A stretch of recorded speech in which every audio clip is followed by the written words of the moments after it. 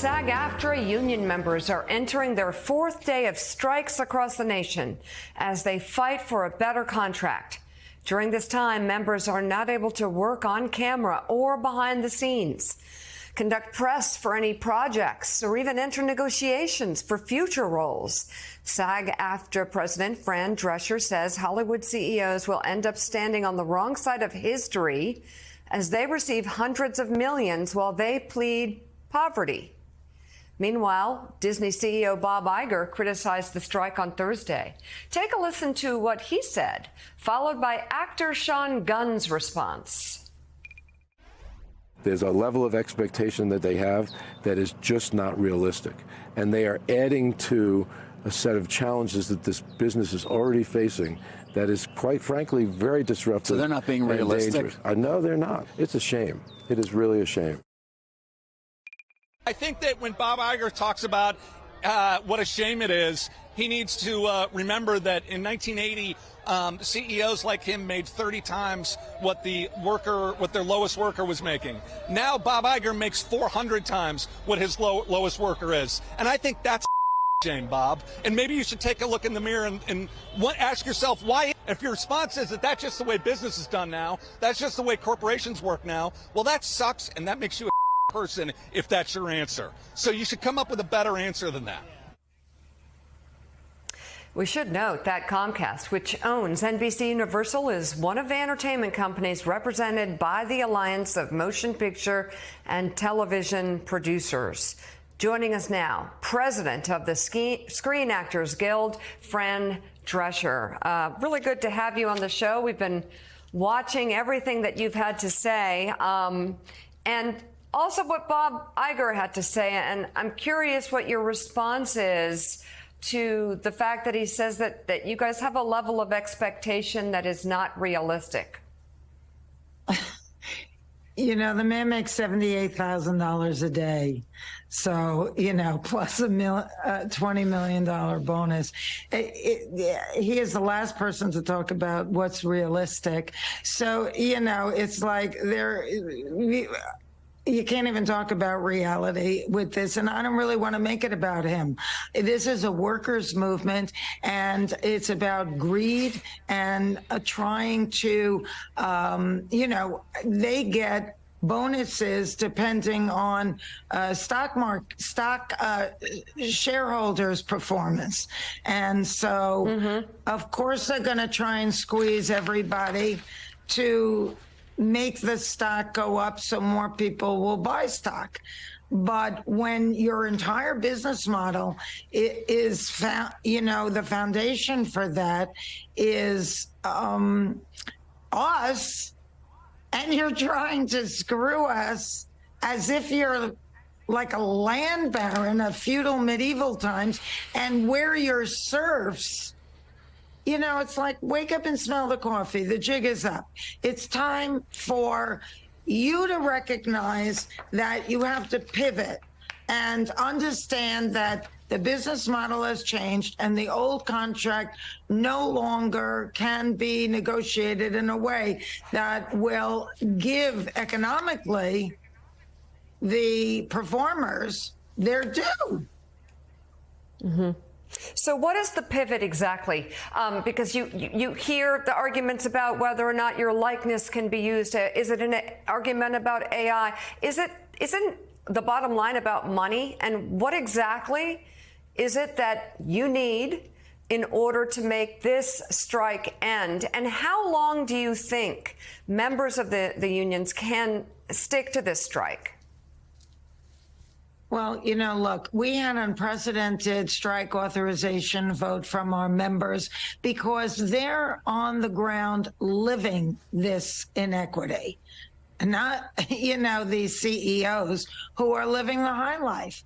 So, you know, they feel like they're at the breaking point where they can't take it anymore. Another contract for 3 more years where the minimums for the majority of the members does not reflect the amount that catches up to inflation. So in real money, what they're offering us would be less than what we were making in 2020. And that's what we're supposed to take all the way to 2026. We need at least an 11% increase in the minimums to catch up with inflation. All other labor unions work with inflation, inflationary increases, not our union, not our contract. And so, you know, the amount of the caps are the same, where they sort of cut you off with residuals since, I think, 1980 or something. The whole thing is outdated and doesn't really apply to the new business model, which is streaming has so infiltrated this industry and disemboweled the old business model. So in streaming, the name of the game is subscribers. It's not about the longevity of a series. And you can see how the public is being trained to accept what's called limited series and very short episodes per season, maybe 6 or 8. If you're lucky, you get 10. And then the series maybe will go 3 or 4 if it's considered successful. When I did The Nanny, I would do some seasons we did 28 episodes, never anything less than 22 or 24. And then it continues to have a very long tail of revenue, which pays all of the people that worked on the show continuously. And so once we got revenue sharing in the form of residuals, it all worked as long as the business model was predicated on the longevity of the show because of eyeballs and ad dollars. If those two elements were there, the show would stay on. Shows stayed on 10 years. And, you know, right.